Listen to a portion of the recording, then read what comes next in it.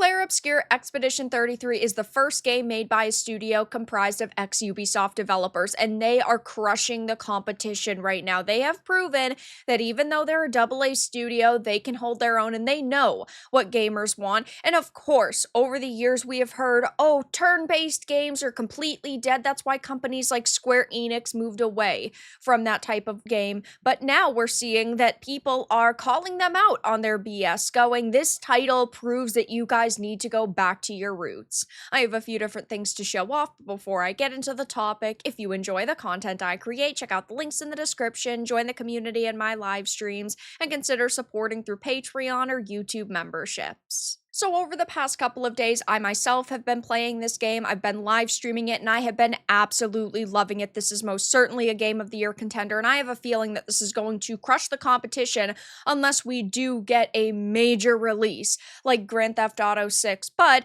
this is a game that right now everybody is talking about, tons of people are playing, and it's crushed a ton of narratives. The first and foremost being Game Pass. This was a day one Game Pass launch, and that is why I thought that a lot of people were not going to necessarily purchase it, that we weren't going to hear about a lot of individual sales figures, but that definitely isn't the case because we now know that in just 3 days it has sold over 1 million copies, which is fantastic. Again, this is the studio's first game. They're comprised of ex-Ubisoft developers. It is a AA title and it has done phenomenally, and I'm so glad to see it. We don't even know the Game Pass numbers at this point in time, but constantly we hear when a game goes on Game Pass day one that, oh, it affects the sales heavily. More people are playing it through Game Pass than they are purchasing it, which might be the case, but that doesn't mean that games are going to be instant failures in terms of sales figures just because it's on Game Pass. That was a narrative we heard with a game like Avowed because we didn't get any sales figures.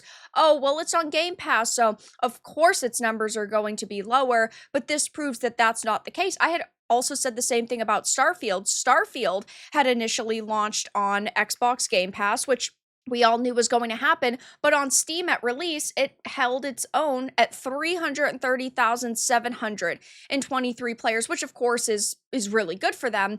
And now we're seeing the same thing with Expedition 33. And another narrative that of course has been pushed for years is that people do not want turn-based combat, which has always been so crazy to me because turn-based is so fun.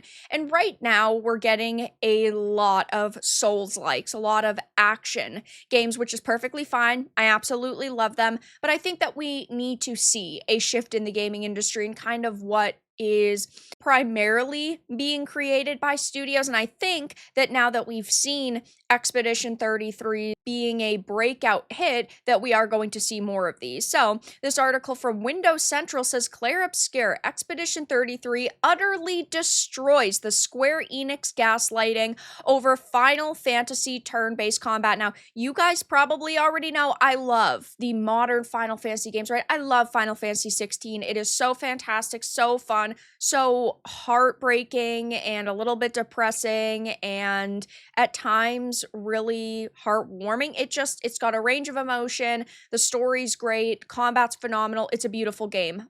But I still would rather them go back to their roots, which is turn-based. That is why this, franchise got massively successful in the first place. I think that companies need to stop going away from their roots and chasing a modern audience and chasing what they think people want when really what people want is this. So it says this is a comment from former Blizzard President J. Allen Brack responding to players asking for a World of Warcraft Classic mode. It has since become quite notorious among WoW fans, not only for its pretty arrogance and callous dismissal of an entire section of the fan base, but also because Blizzard eventually capitulated and gave players what they have been asking for. Now under new leadership, the World of Warcraft team has changed its philosophy to giving fans exactly what they want. A shocking revelation, I know, but the game has never been in a better spot with a variety of modes for different types of players, killing off its previous one-shoe-fits-all dispassionate telemetry-first design philosophy. We're even getting player housing, but it's perhaps ironic then that the main reason we're getting player housing is due to competition from a competing MMO, Final Fantasy XIV. The best thing that you can have is competition, because you want to strive to be the winner in a competition. I know people have talked about, GTA 6 and Elder Scrolls 6 and the most expensive game ever created, and neither team wants to put out their games first because they want to put out the second and more expensive version. But ultimately, it's really hurting these games' images and kind of reputation. And the same thing was happening with WoW. WoW wasn't giving players what they wanted. People were going to other games like Final Fantasy 14, and finally they caved. It talks about, though, for whatever reason, Square Enix began ignoring its own successes when it comes to the mainline Final Fantasy games, which in recent years have been on a steady decline in popularity and relevance, which absolutely breaks my heart because Final Fantasy is so fantastic. I love it so much. I would hate to see this franchise completely disappear, but it's really no shocker to see why.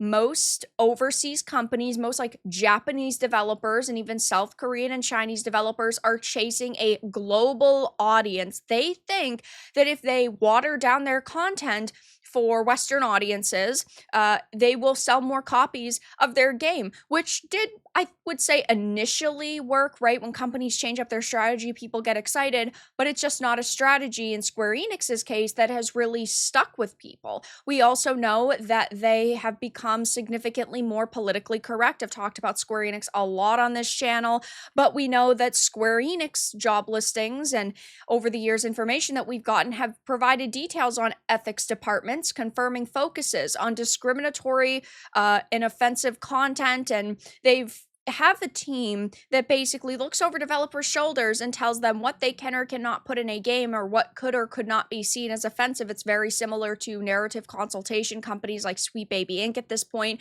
They're telling you what content might offend somebody, and then they basically just tell you to remove it, which is sad to see, but not particularly shocking given the state of the industry. It says, though, Square Enix's most recent Final Fantasy projects, namely 15, 16, 7 Remake, and 7 Rebirth, have found decent success, but I would argue none of them received the fanfare some of their predecessors enjoyed, which certainly is the case. But now we have this little game from France called Clair Obscur Expedition 33, which is truly proving companies like Squeenix wrong. It has shone a spotlight on Square Enix's design decisions around Final Fantasy, which was famously a variety of turn-based, command-based, and active turn-based over the years with tactical gameplay at its core. Expedition 33 borrows from classic JRPGs like Final Fantasy VIII and even Super Mario RPG atop some AAA production values, photorealism, wrapped in a dark fairy tale plot. I'm not going to give any spoilers, but this game is so depressing, it is so sad, and it is so amazing.